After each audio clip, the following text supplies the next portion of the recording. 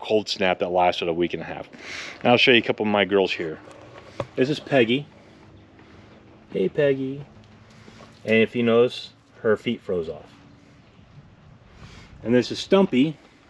She's a little bit bigger. She's not quite as nice. Same thing, her feet froze off. If you look at my roosters, they're still suffering some of the consequences of having frostbite on their combs. Some of them lost all the spiky stuff on their combs altogether. Hey Peggy. Hey Peggy. You wanna say hi?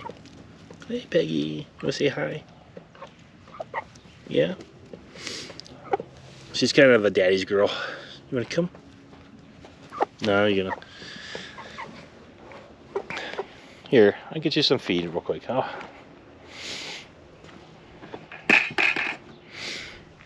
Alright, Peggy's kind of a daddy's girl. And I thought she was going to get sick and die. She was pretty sick after that freeze. And one of the lessons learned there is that even baby chicks have a pecking order.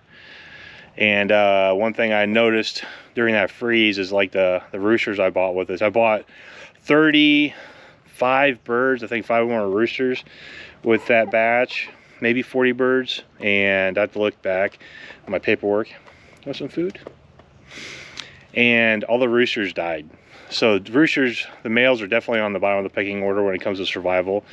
Altogether, during that freeze, I lost 15 birds because I was doing everything I could to keep these birds warm, and it was not enough. Want some snacks? Yeah. There you go. Squeak, squeak, squeak, squeak, squeak. Time for her to go inside. So you will take losses. I've lost a couple of predators. I'm not sure what predator. I'm assuming like a hawk or something, because I'll walk around the property and there'll be a pile of feathers. Neighbors' dogs and whatnot, they don't eat the chickens. They kill the chickens. But predators such as what I've heard of raccoons, I haven't seen any raccoons around here. I mean, I've seen them, but not around the chickens. Hawks and whatnot, they're out there hunting. They're going to eat those birds. Yeah, you guys need to go inside. I need to check on the little mitzas. So that's one. Just prepare for losses, and you might want to scale up operations just a little bit, just to understand that you're gonna have losses. Chickens or baby chicks, I've seen for whatever reason, they'll just be dead one morning. So, you know, always go with a little bit more than what you want to end up with. Or just come to the conclusion that some of these chickens are going to die.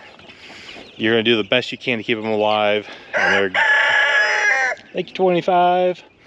And they're going to fight you. They're going to want to die. So who knows? So it's another cost associated. Third cost is kind of like this shelter right here. Now, I think I paid somewhere about $250 on Amazon for this. Now, if you have a backyard flock, I'd say this is a great idea. Do this. It's a real quick put together. They kind of go in there.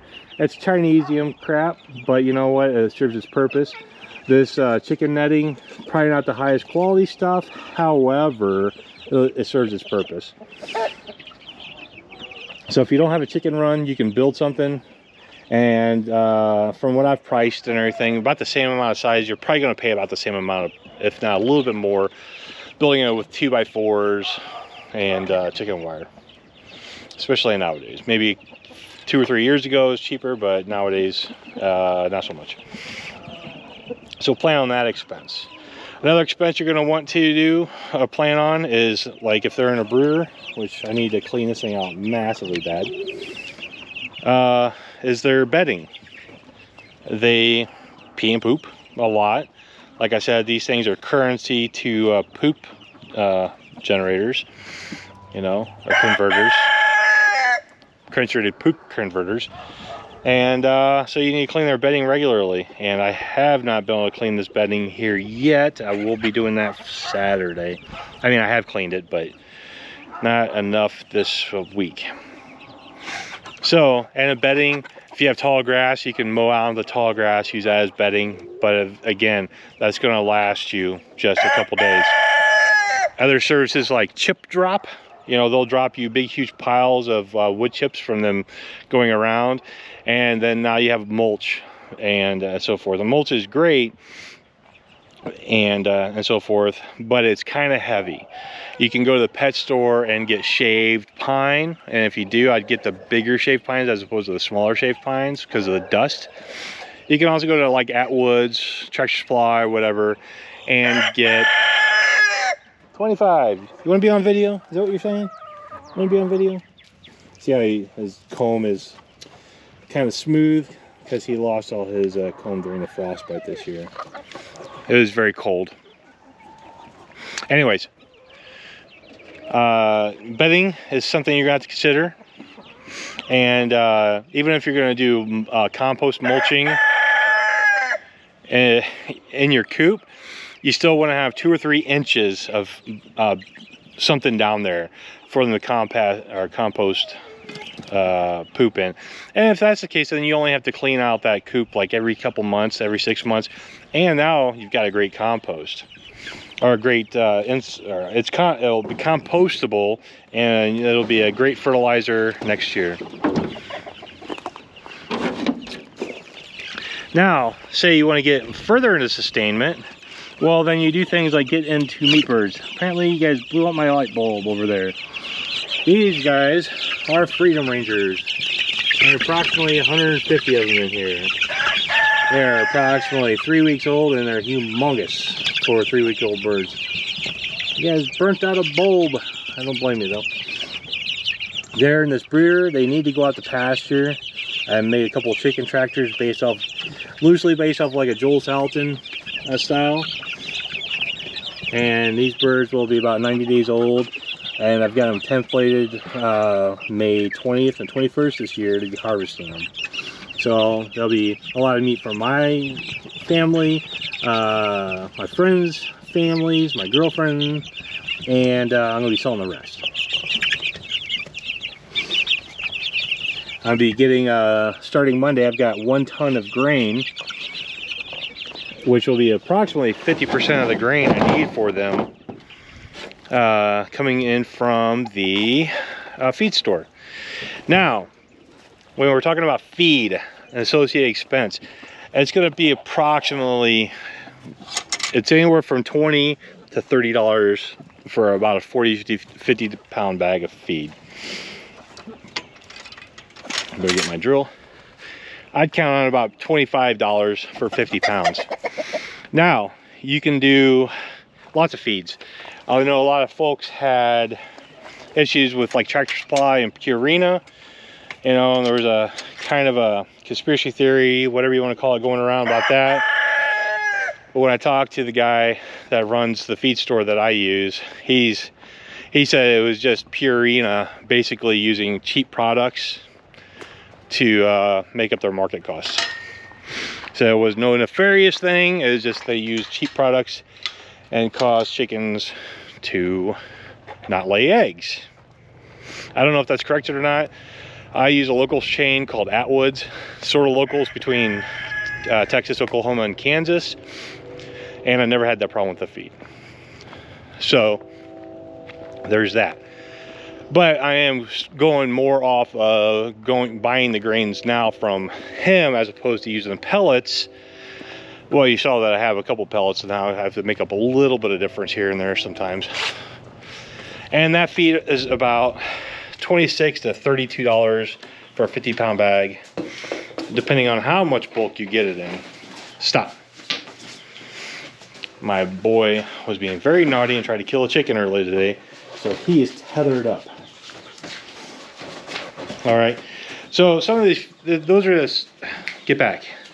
These are some of the costs, get back,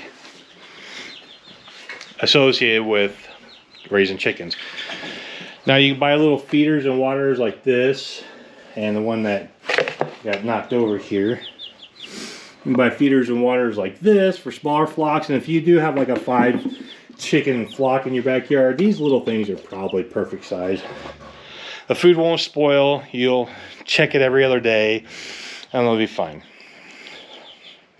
Okay, that's really about it for the expenses. Bedding, probably going to cost you anywhere from free to $20 a bag of straw or wood chips. And feed, count on about 1/3 of a pound a day, 1/4 to 1/3 of a pound a day. Water, negligible costs. I wouldn't really factor that too much in. And then storage of the birds, right? Storage. What I mean is like their housing, chicken runs if you're in the city, or even if you're in a little bit of a country setting like I am, some place that's keeps the birds kind of safe if you feel that's necessary. Or it might be mandated by your town or city. Now, if you want to take it further, like these little chicks, there's 5 of them here. I just hatched these. These are about 3 weeks old, and I bought a incubator, a pretty cheap incubator. That I'm trying to make up some of the losses of the chickens I lost over the winter. So this is the first 5. I had originally started with 9 birds, and or 9 eggs, and 5 of them hatched. I've got another 11 in there, and from the last time I shown the light through them, they were all viable. So either way, there'll probably be a live stream up this weekend, mostly for my girlfriend's grandchildren to watch chickens hatch, or eggs hatch. But anybody else is welcome to participate.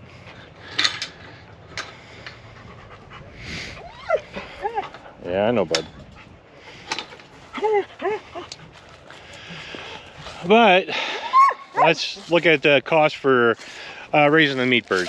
Now, with shipping, 150 birds, buying the birds themselves and shipping costs $300. I actually got 160 birds. I ordered 150. That dog's mad because he got put away. The meat birds cost about $1.50 a bird,